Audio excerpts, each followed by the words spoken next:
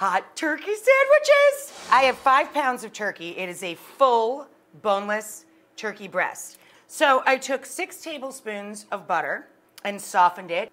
And then with a spatula, I just combined it with 4 cloves, big fat cloves of garlic, grated or pasted. And as it cooks under the skin of the turkey, it'll end up tasting like this roasted garlic paste. You can see that already under the skin, I have several large leaves of sage tucked under the skin. And that's the part that I didn't think you'd really love to watch. All you gotta do is get your hand in there and gently, guys, you don't wanna make a bunch of holes in the skin, gently loosen the skin all over the breast. I'm gonna put in the last 2 sage leaves so you get the gist here, okay? There's our softened butter. You can add a little poultry seasoning to that as well if you like. It's important to just get the sage in there though and the garlic into the butter, all right? And then pull that skin as tight as you can. Again, being gentle. And I've spread it out as flat as possible to give it the quickest cook time.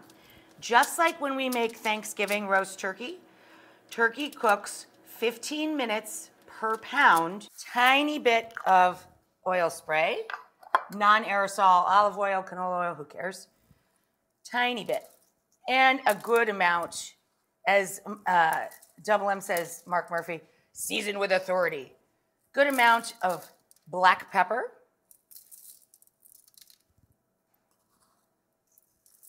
And kosher salt.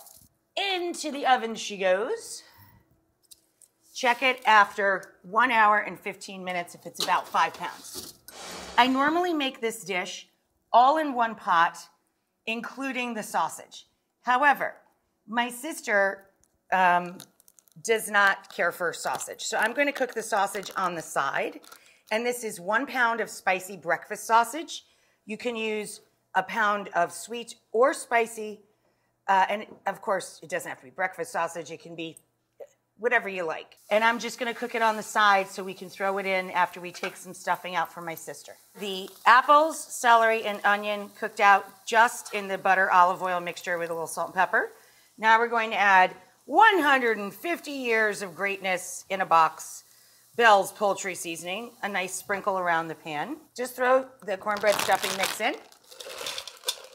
And now we're going to moisten that with about 3 cups of broth or stock. Now, let's make the gravy. To the 4 tablespoons of butter, we're going to add an equal amount of flour and whisk that together. And we're going to add a little black pepper. Once it comes back to a bubble, see this? This is white roux. The roux has not been allowed to darken, so it's going to have its strongest thickening power right now.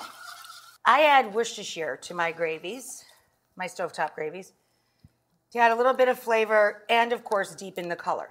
Okay, guys, so the turkey is out and rested. I added the drippings from the garlic sage turkey. Now comes the big finish for the gravy. So we're going to add a little bit of cream, about 1/4 to 1/3 of a cup. And then the big ta-da, about a tablespoon of mustard, Dijon.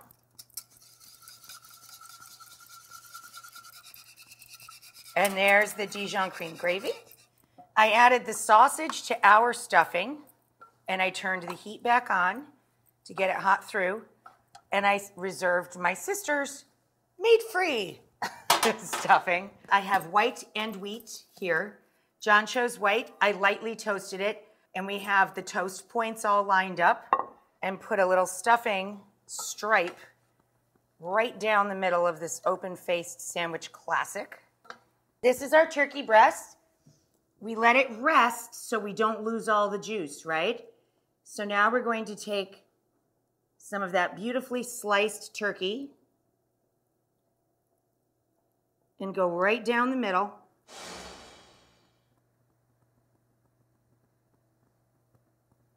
Oh yeah.